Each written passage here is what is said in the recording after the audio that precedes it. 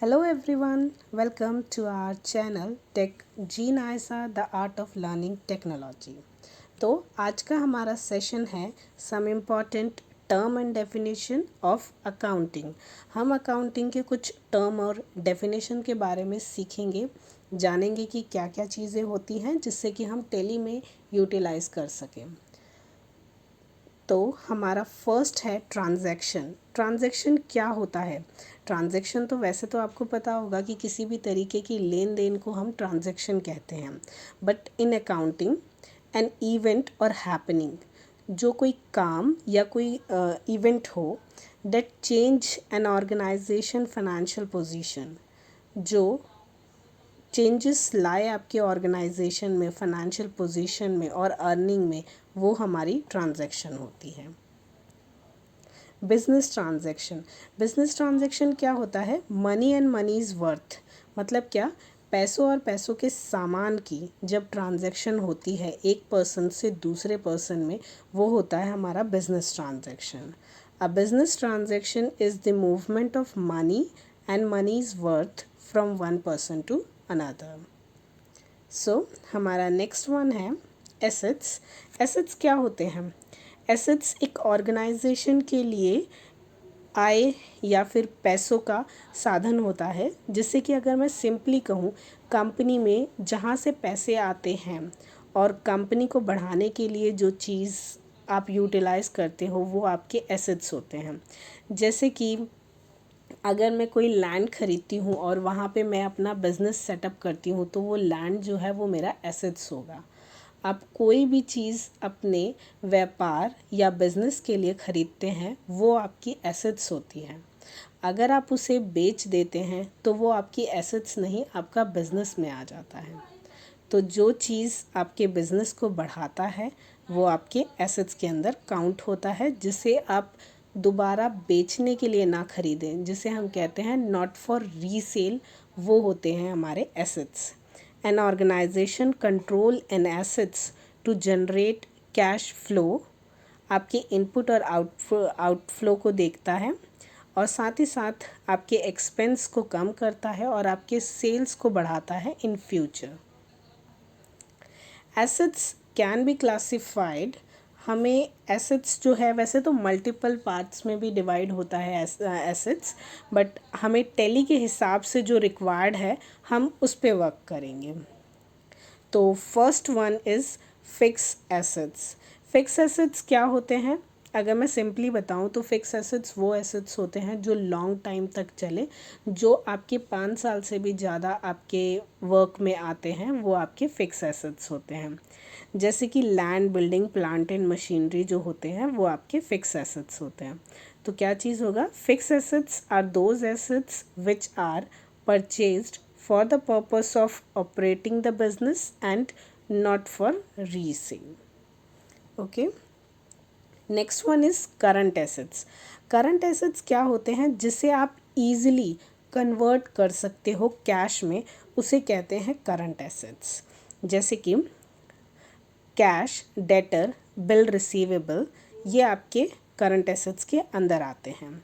तो current assets are those assets of the business which are kept for short term for converting into cash or for resale।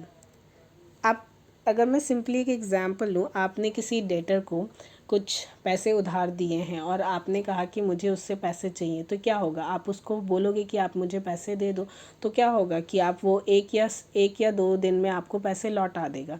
तो ये क्या चीज़ हुआ? Easily convert हो गई, आपका डेटर जो है वो पैसों में कन्वर्ट हो गया। तो ये होता है हमारा current asset. Next one is liquidity asset. Liquidity assets क्या होते हैं? जो आपके इमीडिएट कन्वर्ट करते हैं कैश को विदाउट मच लॉस, वो आपके लिक्विडिटी एसेट्स में आते हैं। एग्जाम्पल के लिए marketable security, stamp etcetera. So next one is liability. Liability क्या होती है? हमारी डेप्ट या फिर पेबल अमाउंट जो होते हैं उनको हम लाइबिलिटी कहते हैं। Simply, liability mean the amount which the firm owes to outside ओज टू आउटसाइड मतलब क्या कि हम बाहर से अपनी कंपनी में उधार के तौर पे लेते हैं. That is, accepting the proprietor's liability or debt it arise because of credit transaction. Liability कहाँ से arise होती है? जो आप उधार की जो transaction पास करते हो वहाँ से होती है. Most goods and service may be purchased by a business unit or on credit. Means क्या कि ज़्यादातर जो हम बिज़नेस ट्रांजेक्शन करते हैं, जो हम ज़्यादा बड़ी बड़ी ट्रांजेक्शन करते हैं, वो मोस्ट ऑफ क्रेडिट होती है. क्रेडिट मतलब उधार में होती है. तो हमें क्या चीज़ करना होगा, उससे पे करना होता है. तो fund may be borrowed from the commercial bank. जैसे क्या चीज़ होता है कि अगर हमने कोई ट्रांजैक्शन हैवी अमाउंट की करी है तो ऐसा तो नहीं होगा कि हमारे पास 5-10 लाख की का कैश वैसे ही पड़ा होगा. तो हम क्या करते हैं कि बैंक से, जो कमर्शियल बैंक होते हैं, हम उनसे बॉ करते हैं.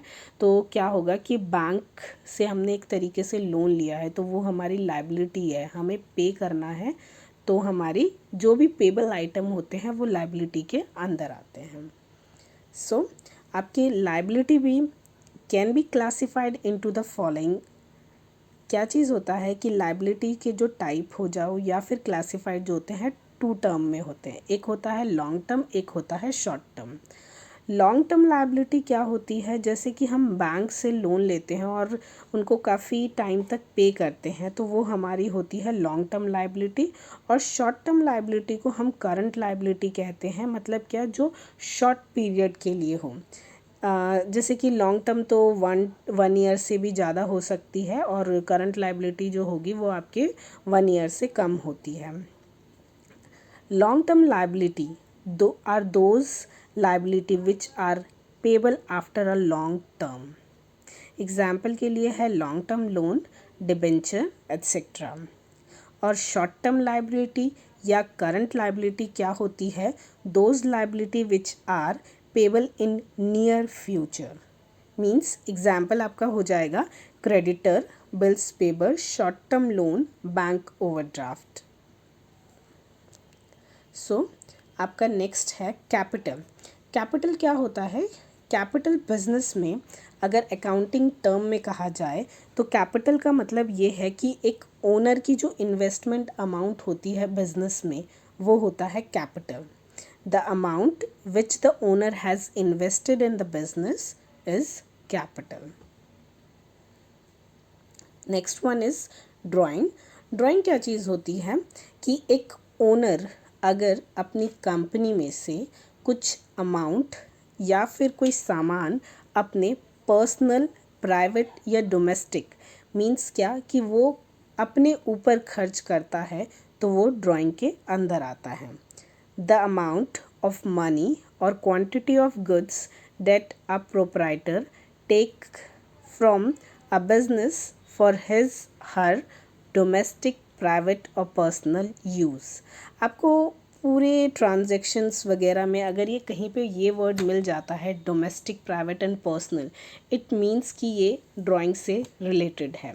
तो ये क्या करता है कि it reduce the investment of the owner. क्योंकि ओनर अगर अपनी इन्वेस्टमेंट में से अपने ऊपर कुछ खर्चा करेगा तो ये तो रिड्यूस ही करेगा. So it is a drawing. Next one is expense. Expense आपको पता है कि हम जो खर्चा करते हैं वो हमारे एक्सपेंस के अंडर आता है. The amount expended to produce and sells the goods and service which produce the profit. So आपका नेक्स्ट वन है इनकम. इनकम क्या चीज़ होती है? जो आप प्रॉफिट अर्न करते हो एक ड्यूरिंग टाइम ड्यूरेशन में, वो आपका प्रॉफिट होता है. The profit earn occurring over a given period of time, ये आपका क्या होता है? इनकम होती है. Next one is revenue. Income and revenue काफ़ी हद तक सेम ही होते हैं, बट रेवेन्यू क्या होता है कि वो अमाउंट जो आपके एक्स्ट्रा जो जैसे कि इंटरेस्ट, डिविडेंड या रॉयल्टी को पे करने के बाद जो बचता है वो आपका जो हो जाता है रेवेन्यू होता है. The amount of income before any deduction such as interest, dividend and royalty, वो आपकी रेवेन्यू होती है. Next one is debtor. Debtor means the person, entity or firm to whom goods have been sold on credit। मतलब क्या कि एक person या फिर बिजनेस हो या फिर फर्म हो, आपने सामान बेचा है उन्हें उधार में और वो आपको पे करेगा, आपके बिजनेस में पे करता है सर्टेन अमाउंट, तो सामने जो पार्टी होती है उसे हम कहते हैं डेटर। सिंपली आपने ये याद रखना है कि जब आप कोई सेल्स करते हो या फिर किसी को उधार देते हो और उससे पैसे लेने हैं तो वो पार्टी हमारी डेटर के अंदर आती है। ओके, तो ये थे हमारे कुछ टर्म एंड डेफिनेशन।